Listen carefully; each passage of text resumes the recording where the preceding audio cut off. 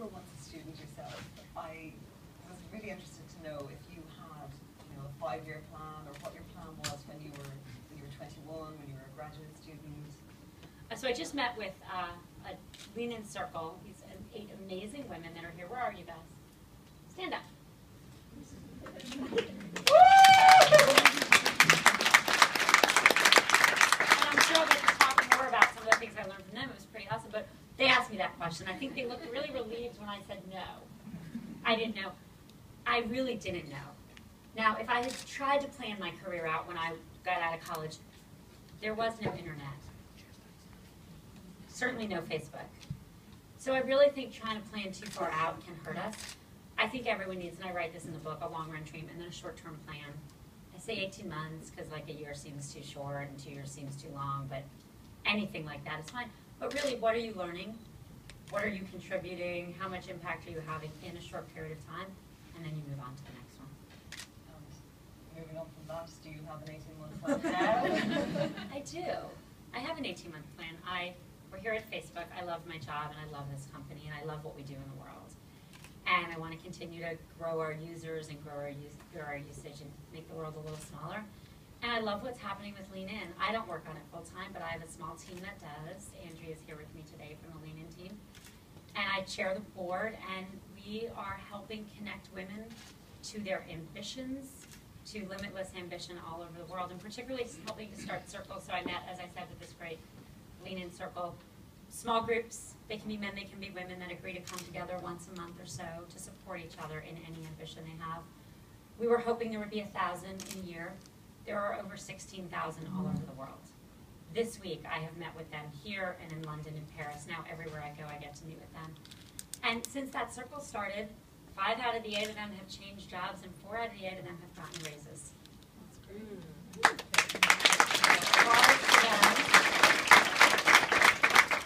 And I think more importantly, what they all said, and what I've heard from women all over the world, is they have each other cheering them on.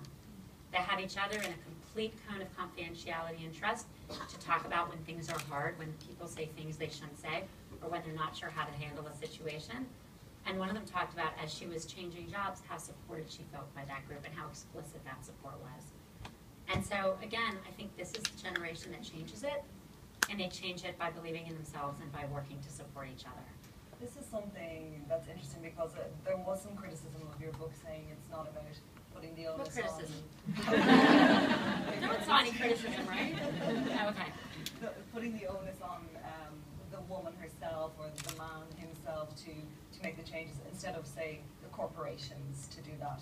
But obviously, this kind of thing, this kind of communal support is actually making changes. I mean, do you think that it's more important to just change what you can, change as an individual, and then the change will follow? Yeah. I write about this in the book as a chicken and egg.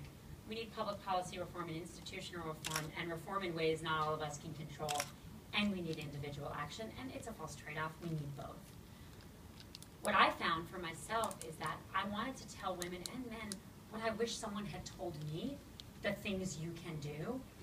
And I do think if we get more women into leadership roles, we will, and we see this, get the institutional and public policy reform we need as well. We're here at Facebook's offices. I'm really proud of Facebook. I'm proud of the women we have in leadership roles. I'm proud of the policies we have and how we treat women, how we try to talk to women about maternity leave rather than just leave them on their own and help them come back.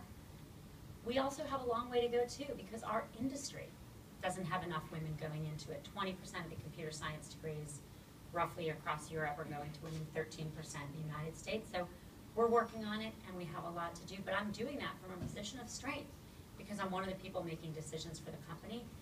I think if we had more women in positions like that, things would get better, and there's a lot of evidence to suggest that's true.